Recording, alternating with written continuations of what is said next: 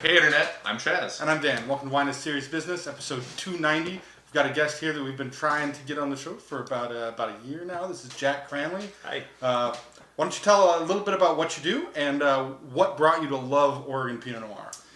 Well, I own a burgeoning little business called Backroads Wine Tours, although I should mention that we will be going through a name change here pretty soon because I was not aware of the active outdoor travel company by the same name who sent me a cease and desist letter recently, but Such a bummer, but but you know what? That's how it goes. The nature of our success has not been our name. Right. It's the product that we offer, and so we're going to be transitioning to backcountry wine tours of the Willamette Valley. Also a good name. Yeah, I take people out on day trips to the Willamette Valley. We show them the best of what Oregon has to offer: Pinot Noir, of course, all the lovely whites that we have in the valley, and yeah. So. Cool. And what brought you to love Oregon Pinot Noir? Yeah. Well, I'll tell you, I had as a youngster, I had a summer job at a winery down in California. This was probably 1997. Little organic winery called Coates Vineyards, and we did a little bit of everything. It was a small enough place where it was like 5 of us that would go out and tend the vines. We would de-leaf. We would go into the cellar and help with racking. It was just a little bit of this, a little bit of that. Going into it, I didn't know anything about wine. But obviously left knowing quite a bit about wine. Of course, right? And, yeah. Learned to love it. Learned to sort of lift my price point a little bit with wine and how to find the good stuff. Happens gradually. Yep. So. Fast forward about 10 years to my arrival in Oregon, and just sort of rediscovered wine as I was getting older and wiser, perhaps. And you had a lot more hair when I met you. That's true. I probably did too.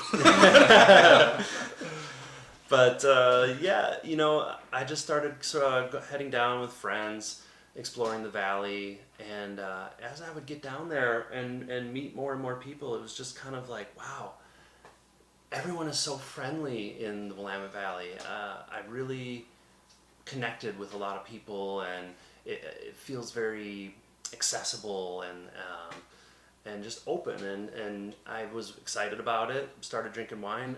To be honest, when I moved to Oregon, I wasn't a big Pinot Noir fan. Cool. I grew up on California Reds and big, bold, juicy, chewy wines.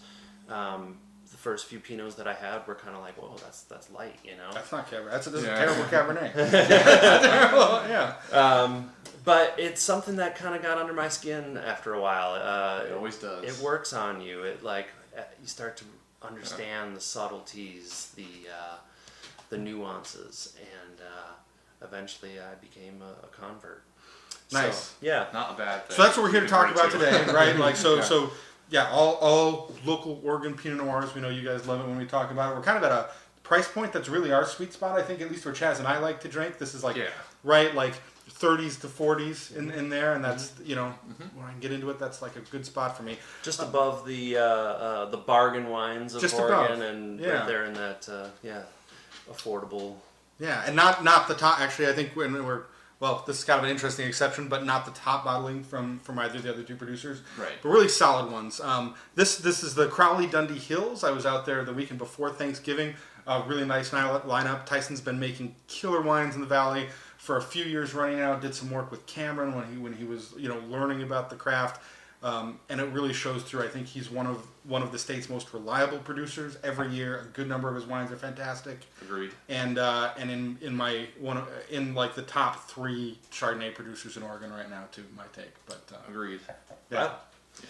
If you didn't say that, I was gonna be like, yeah, and he crushes the Chardonnay. He's really good at it. So, Crowley's a place that I would like to bring more people, but it's difficult because as a tour driver, your customers sort of have a preconceived notion of what a wine tour is, and it includes rolling vineyards and vistas and that kind of thing. So you got a producer like Cranley who's posted up in a multi winery sort of production facility. Is he still? Where is he at now? Where's Cranley at? I forget who owns it, but I believe it's at August Cellars. there we go. Yeah. Okay. Yeah. Nailed it. Yep. So, Shares it with the. I didn't know until I was just there that Ova makes his wine there. Oh. So, or at least some of it. But a few I'm learning. others. Yeah. Okay. So it was a nice spot, but I can totally get it that.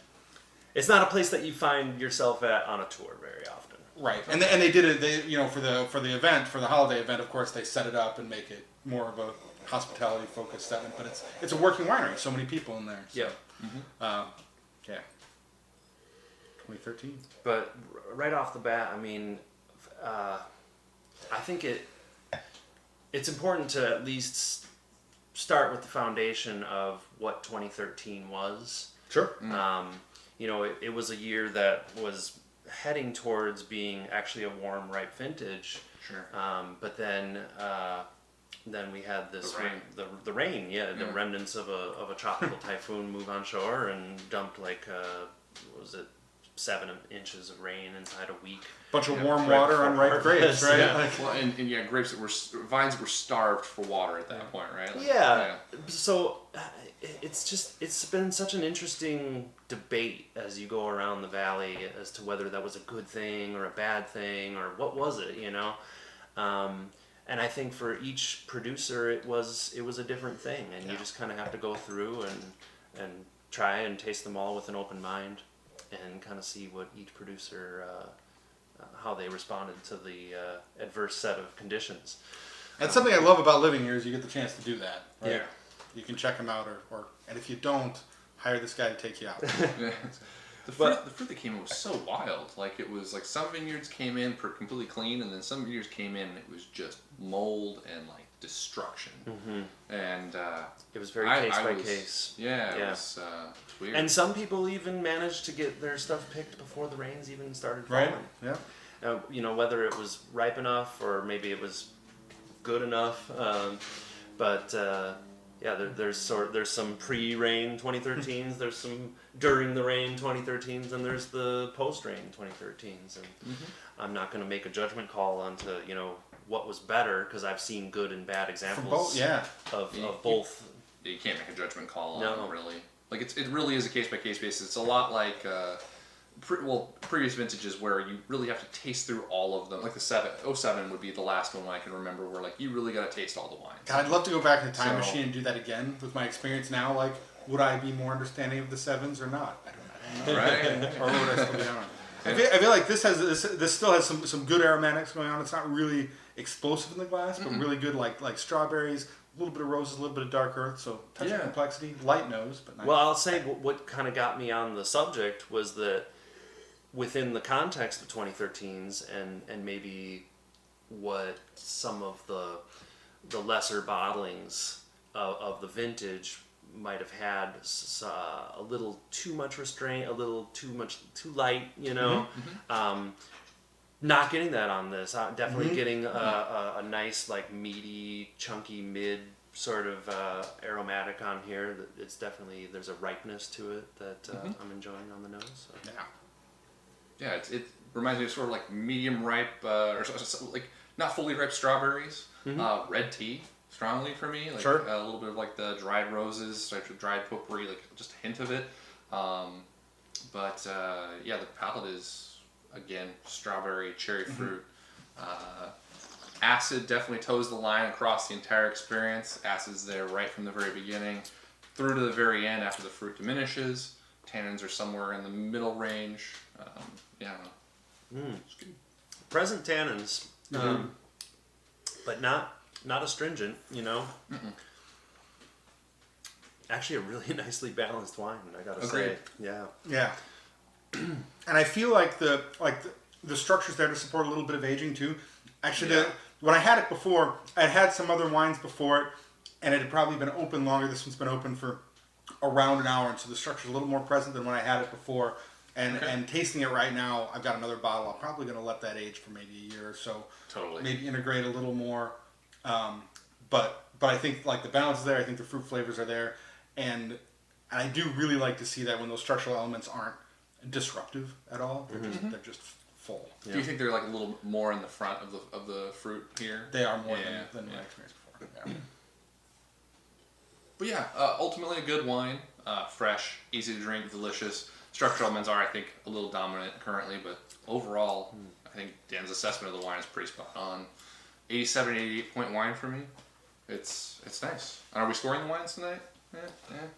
You don't have to score the wine. Flow with it. Yeah, I have to be very diplomatic, you know. Yeah. But a delicious wine that actually represents its place. Like it's got some of the Dundee Hills sort of that's what aromatic and funkiness on the palate, so it's nice. Yeah, I was going to chime in with that too. Like it's got what I hope for from some of these what we call cooler vintages. Even though 2013 wasn't a cool vintage, it still kind of falls in that wheelhouse because of the rain. And you know, the things that we love about the cooler vintages is that ability, the transparency in the wine to let the soil come through basically. And you know, I definitely get a little bit of mushroomy forest floor kind of thing going on with this, and so that's always exciting to see something that'll probably, like you say, come out with a little bit more bottle age. Yeah, or just based on my previous experience too, if for whatever reason I open another one soon, I dump it in the decanter, and I bet that'd do it. I do like. I like how so the acidity's high and probably right on the edge for you. Yeah. But I really do like how it sits on the palate, kind of like makes the mouth water, kind of got that lime texture to it. Good feeling. Yeah. I guess you started, so I'll go to 80, 89 on this. Like a little bit of how the finish is playing out. I'd give it a solid 89. All right. Yeah. All right. Here we go. I'm gonna move to the Purple Hands because right, it's 2013 as well. So that makes a lot of sense. Yeah. So for the second wine, we've got the Purple Hands Holstein Vineyard, also from Dundee Hills. Sorry, also from 2013. So we have a 2014 wine next. So I figure we'll stick with 2013. Yeah, and it shows that way too. Yeah, it's true. Another great place out in the valley. I had not been until pretty recently. I was out there Memorial Day weekend for this. Great old farmhouse, probably over 100-year-old little farmhouse up in the hills. Beautiful spot, really nice tasting room. They have their own tasting room? Yeah, I haven't been to it yet. I don't think it's open. It's probably appointment only, right? Actually, they have regular hours now. Okay, yeah. There we go. They're on Red Hills Road, which is a bumpy little gravel road, so it makes you feel back like road, you're. if you will. Yeah, it definitely fits the back roads profile. Yeah. And we definitely are known to stop in at Purple Hands from time to time. Of course, Cody Wright, son of the venerable Ken Wright. Yeah, off doing his own thing, and recently, like I've heard news they're building their own facility now too, which I thought was. I had not heard that myself. Maybe this is a rumor that I've got wrong, but I think I heard that, and if so, congratulations! I'm happy to hear it. So yeah, tasting his wine here and there for a few years, but had a really great time. Yeah, out there. Yeah, I've had good experiences with his Pinot Noirs in the past. Like the first experience, right, was that weird Pinot Noir Merlot blend. Right. And Yeah. Years ago. Yeah. And I liked 6 years ago. Yeah, I kind of enjoyed it. So, kind of followed him from there on out. So excited. This to try has opened up dramatically in the last hour. Yeah, this smells fantastic. It is jumping out of the glass. Absolutely. It's wild. Like it really was, like a lighter, a little more reserved. We were tasting in different glasses before, make sure it wasn't corked. But yeah, it's big now. Yeah, on the nose. Yeah, it's a big fat wine. That's pretty awesome. 12.5 alcohol at big fat wine. Right. Big fat on the nose, right? Yes, yeah. Well, no, but that will, right? The alcohol will sort of make it seem a little riper, a little more, I don't know, just large. That can be used as a descriptor. So yeah. I just want to check the alcohol level. Alcohol makes me a little more large. Me too. Little funky soil going on here underneath the big dark fruit, big dark blackberries. Yeah. You were saying the mushroomy forest floor thing. Like I sort of smelled that on the nose here. Okay. Yeah. Right. I'm just getting bowled over by the fruit, and it's definitely There's earthy undertones to the fruit. Absolutely. Yeah. But The star of Yeah, the show fruit is here really is dominant. yeah, like a nice juicy cherry Yeah. and blueberry combination. Edging towards jam, but not quite getting there. I think there's a little bit of like Yeah, not clovey overly spice ripe. that's helping pull it back. Yeah. Smells awesome. I like it. I'd actually be interested to know if he included any stems on this, just because of that spicy note, that sort of clovey cinnamon. Maybe he'll see it. If you see it, throw a comment down, please. We'd love to know. Yeah, we'd love to. Corey Schuster, thanks for replying with comments about the oak usage in your Cab Franc. Oh yeah, I awesome. appreciate that. The show is better for everybody. And we're retweeting my tweet. Yeah, when that information comes in. Yeah. I was feeling pretty good when you took that photograph. You know, the really vivacious nature of the nose is carrying through to the palate. It's Big time. yeah, it fills the mouth every corner. Jeez, that's in a good spot right now. Wow, that's got a lot of intensity. That of is flavor. great. Yeah, I'm duly impressed. I think I bought this with similar feelings to this one at the time. It was a little darker in nature, but I'm like, I want to hold on to it for a while. Memorial Day, and I think this is a pretty new release. And boy, I'm glad I did. I definitely like it more now than this spring. I mean, it's all bright cherry fruit, like edging into like pomegranate, like almost like that tart edge. Raspberries maybe a little bit too, but man, it's just like super explosive almost, like with the fruit flavors on the palate. Yeah. Really good acid and subtle good tannins. But the tannins are present. They provide grip in the cheeks. They're not like soft or like not there. I think a little more fruity than entirely balanced, but in a really good, a little like In a very it's a little top approachable heavy, way. but it's really delicious and Yeah. really well done in that regard. Delicious, really enjoyable. Really like how the fruit sticks around on the finish too. It stays dark but light. It's not heavy on the finish. The structural elements merge well with it. And I get still kind of full on the late. Like definitely the acidity really persists through on the finish, but I get this nice echo of blackberry that's really enjoyable. I can see there's almost like a little bit of stemminess to this that feels like it could have some whole cluster. Yeah. Right? Definitely. Yeah, a couple hints of that You throughout. take like a sip, like a couple sips back to back, it definitely has like sort of I don't know, stemminess to it. Yeah. Yeah. So this is super enjoyable. Really liking where this is at. This is like more my style, right? The acid is Sure. a little bit more in line with the fruit on this. 90 points, There you go. 89 plus, somewhere in there. So you 91 for me. Feeling really happy Yeah. about it. It's in a great spot right now. I think. agreed. This Except is the drinking fruit's kind of wonderfully. open it up. There's a good amount of complexity. You feel all the structural elements. It's big but in balance. I would never guess 13 blind. I don't know.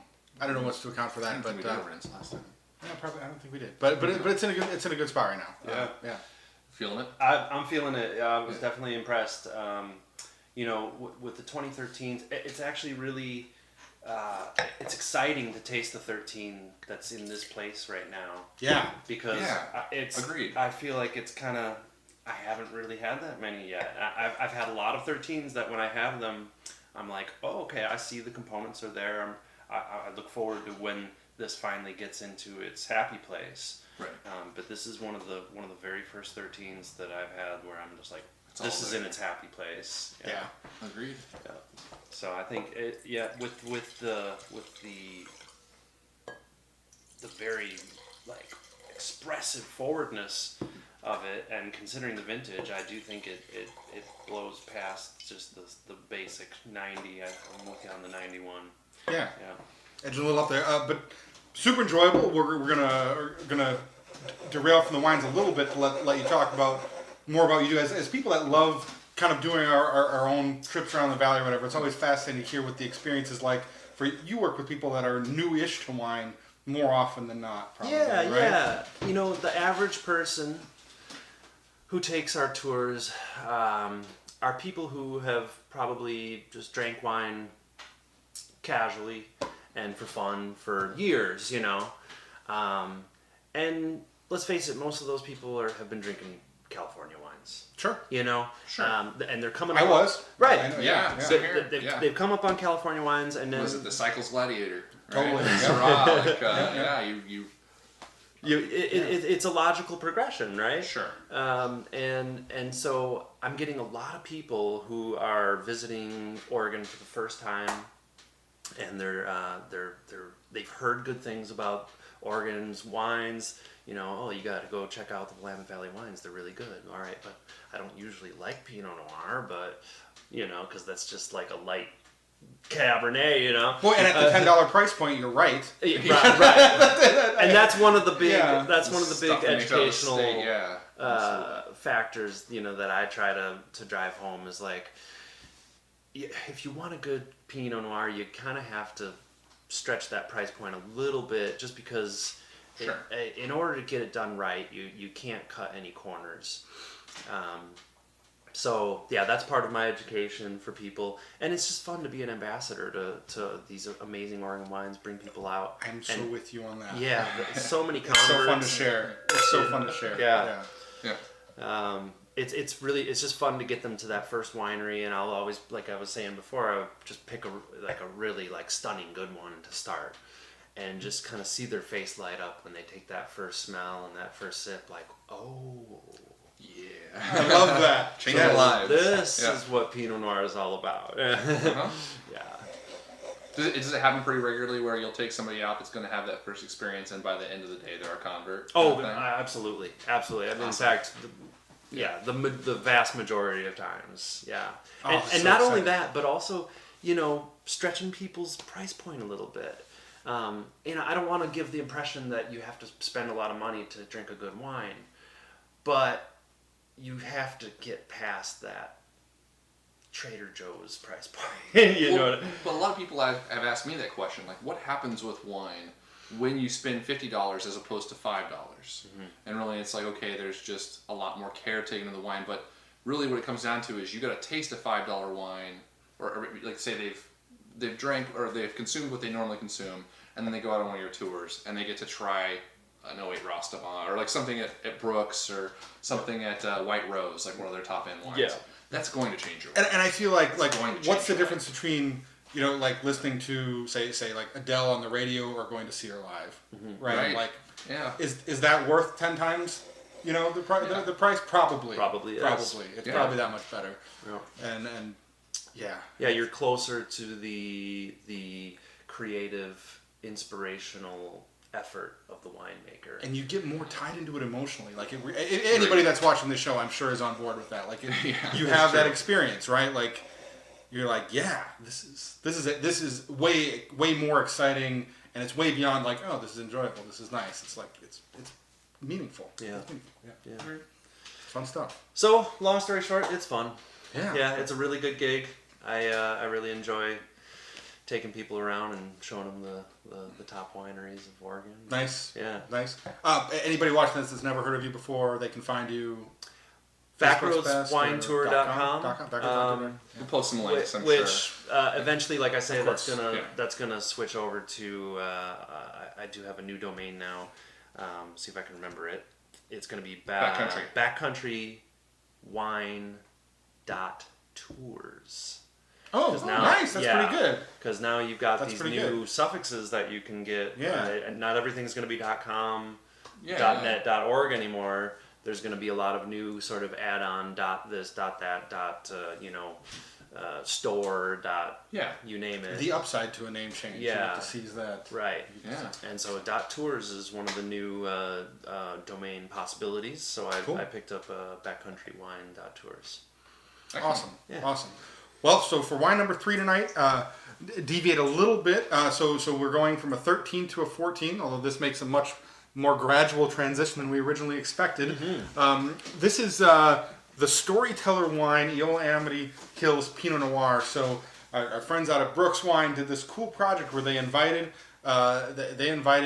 wine dealers from around the country to come visit for a day, get a tour, get to know the facility, and then go through a big blending project where they made their own blend of Pinot Noir that was then bottled by the winery, with their own label. Yeah. So Michael, Storyteller, been a friend of ours for a while, did this. I'm like, you got to get a bottle and check it out. And that's what we got in the glass. Awesome. Yeah, huge stylistic jump from 2013 to 2014. Oh yeah, it's 2014 was a very long, hot, dry summer. So we're expecting to see a lot of really big, bombastic, juicy, jammy, mouth-filling wines. And I love doing these two back to back now because we have an example of like a bigger, fuller 2013, and this is still the difference in ripeness is still really evident. Sure. I think in the glass, even on the nose. Yeah, because immediately I think almost cooked fruits, like a little plum going into prune. Sure. Um, Like blackberries in a pie. Yeah, so Yeah. like pie cherries or like a blackberry pie sort of thing, like where it's been heated up, right? But it's like kind of sweet aroma to it or sweet edge to the fruitiness. Definitely, these two are both Dundee, right? So in comparison to Yolambi, a little bit of that there too. And instead of the more like spicy notes, I'm getting like a little more floral, a little more like It's almost a little chocolatey. a little nutmeg, yeah, a little Okay, yeah. chocolate, yeah. yeah, just darkness throughout. Sure. But yeah, this is definitely a more a riper, Yeah. a riper Pinot Noir. Still pretty impressive amount of acid. Yeah, it's not a flabby wine by any stretch of the imagination. Wow. And I feel like that Big burst of acid. edge into that riper fruits has also changed in the last hour. I didn't get much of that when we tried it earlier. No. And I agree that it doesn't really show much in the palate too. The fruit definitely has a lighter feel to it than the nose would suggest, which is kind of fun. Yeah, these wines have changed significantly since we tested them for cork. So, I'd like to hear. That's what we call it when we drink before the show. well, we had to actually eject the bottle this time. So yeah. I'd like to hear what Michael's angle on this bottle was, if he had any. Oh, he did. Of course, he did his own newsletter on it. So Sure, if I was yeah. smart, I would have pulled that. Yeah. You know what? We can link it. There we go. No, we're gonna. We're gonna No, read it. okay, fine. We're not gonna take it. You're right. Reading shit on videos. You don't do it. You don't. Do it. The dumbest thing. You link them to the email. Right. If you want to read it, you can read it. So. Michael, he is the head storyteller after Yeah. all, so Yeah. read it in his own words. Mike will probably see the show and he'll probably post it. Yeah. You know We what I can mean? count on it. Yeah. We can pretty much count on that. So, Mike, tell us the story about the wine. Telling stories. Shout out to Michael, by the way.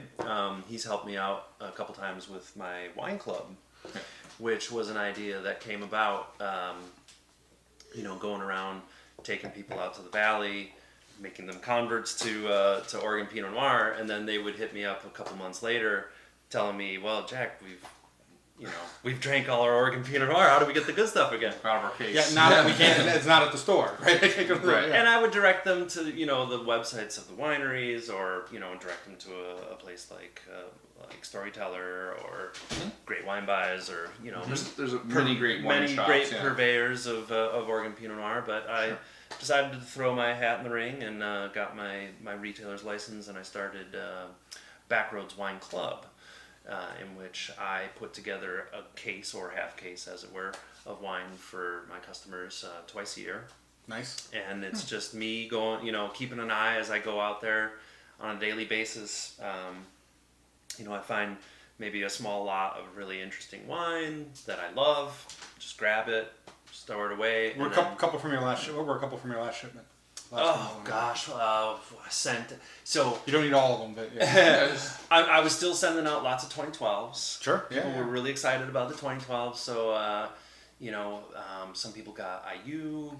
Cool. Hey, good wine. Some people got some Walter Scott. Good price. Getting harder and harder to find. Yeah. Right. Yep.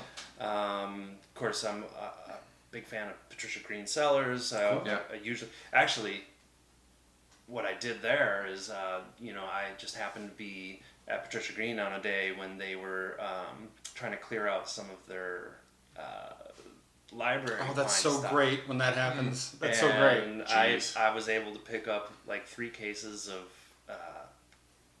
Winderly Vineyard 07. It was 07 Winderly. Nice. And then some before Quail Hill. So That would be cool. drinking well. So Yeah. it's fun to keep an eye out for those special opportunities. And that's true. That's like bringing value to the club that Yeah. nobody outside of the community is going to be able to do. Right, exactly. That's you really just cool. you have to be at the right place at That's the a right cool time club. to get that. Yeah. Well, anyways, to bring it back to Michael, Yeah. a lot of times what happens is I've got these customers and I have to fulfill their orders and I have my wines and I fulfill them, but then there's holes here and there. Sure. And I have to meet the exact price point. So this guy needs a $35 bottle of Pinot and I Right. don't have it. Right. I'll go to Storyteller and just give Michael my list of what I need, and Nice. Really? and he helps me out that way. So Wow. Yeah. Making Oregon a better place for the wine world. that's right. So, That's yeah. right. Yeah. Michael's always been good about. We were talking about Oregon being friendly. Yeah. And, like Storyteller is honestly one of the most friendly shops I've ever been in. Like it's. Yep. Yeah. Yeah. Super fun to go. Are you going to tasting tomorrow? Cameron. I don't think so. Is he but pouring I Cameron don't know tomorrow? yet. It's It's the the Festivus Festivus party. party. So Oh, jeez. by the time this airs, it'll be over and done with. But yeah. Yeah. Are you going? No. Okay. We have an event here at the house. So. Right. Oh, right. I'm going to be here. That's what Yeah, you're I'm gonna play saying. poker. Yeah. All right. So Let's talk wine. let's talk wine. Nose is definitely like we were talking about the definitely jump and change of ripeness. The nose is all rich cherries to me, like pie cherries, maybe some blackberry pie, and that extends into the palate. Like there's definitely a high level of ripe cherries and blackberry fruit, but there's acid to go along with the entire experience, right?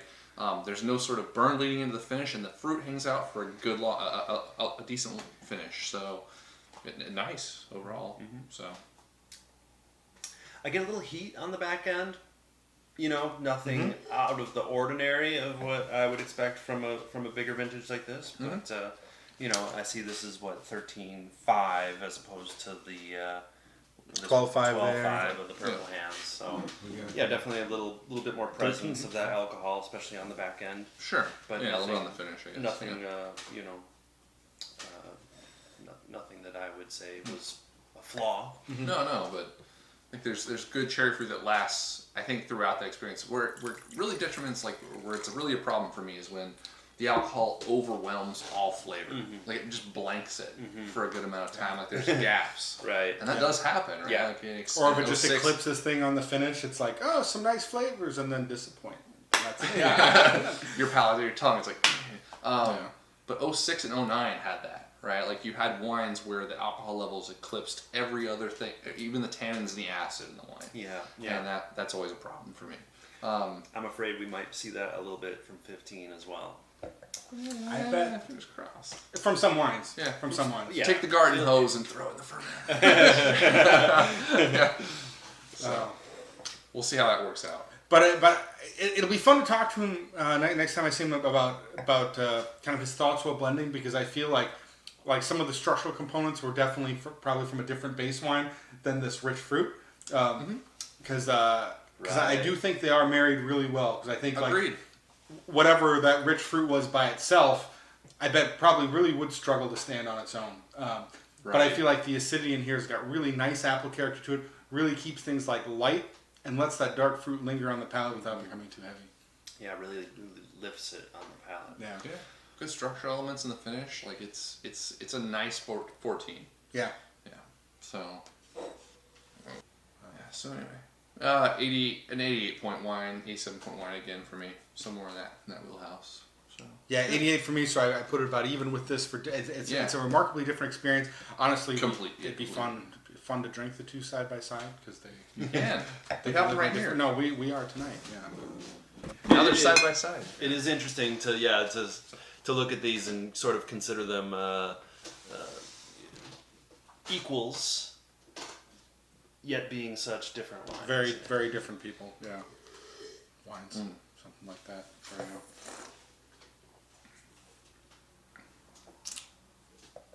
So if you've got let's say if you had a teleporter instead of a van, and somebody wanted to do a 2-day tour, you do one in the Willamette Valley, where do you teleport to do another day of wine tasting? Oh, Burgundy. All right. Yeah. There you go. Might as well Basic just comparison. make it a smackdown. All right. Okay. Yeah.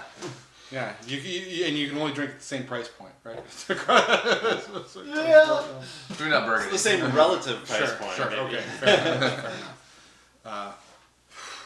enough. That's a great comparison. Any as we're wrapping up, I guess any thoughts you'd like to make about the compare contrast in your mind between Oregon and Burgundy? Any remarks you want to make there? We abandon that. God. What do you prefer? Yeah. You know, I don't have a preference. Okay. Pinot Noir, that's your preference. And yeah. this is such classic. Like it comes up so much on the tours where the customer wants to know, well, what's your favorite wine? Which one's your the best one? You know. Fortunately, you don't have to pick one. Right? Well, and I really try to like explain to them. It's like it's not about this one's here and this one's here. It's more that like. I enjoy the variety. I enjoy the spectrum, you know, and that's the beauty of Pinot Noir is that it's over here and it's over here and it's everything in between. And it changes in an hour, let alone over the course of years in the cellar. Exactly. Yeah. It takes a little while to understand that too. Like I mean, when I was first getting into wine, like you're chasing just the best wines that the magazines or anyone else is telling you are good. Eventually, you find producers. And then every year you're just interested in what they're producing that year. Yeah. It's always different. It's good, just different. Yeah. And for that same reason, you know, my favorites are going to change from you know, throughout time. But you know, Burgundy in a lot of ways is king.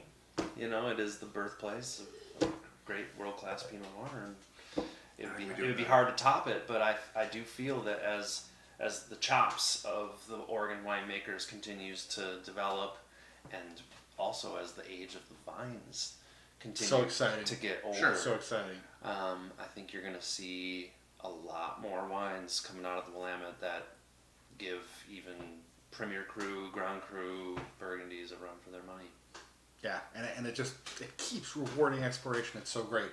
It's true. So wrap things up like we always do with guests. Time for you to ask a question of the audience. What's on your mind? All right, question of the day. This was something that came up recently, and then as I sort of sifted through the internet looking for an answer, I found lots of debate and back and forths and what have you. So. Is terroir a thing? Okay? Can you actually taste the soil, the place of a wine? Or is it just the hand of the winemaker, the you know, the nature of the fruit? So and if you can experience terroir, what are the most standout aspects of it? Awesome. Yeah. So I'm guessing, I'm leaning towards the fact that everybody watching this show is going to be an emphatic yes. Yeah. If you're the no guy, I really want to hear from you. Agreed. And I would be really surprised if I know. But get in there, because our comment section has got to be one of the most respectful places I've ever seen on the internet. Yeah. Like we thought we were going to get hate from day one, and it really never materialized. Yeah. So if you disagree with that statement, get in there. I would love to hear your take on it. I agreed. Yeah. Thanks so much for joining us. Thanks for having me. It was a pleasure. Yeah. See you next time. Cheers. See you guys.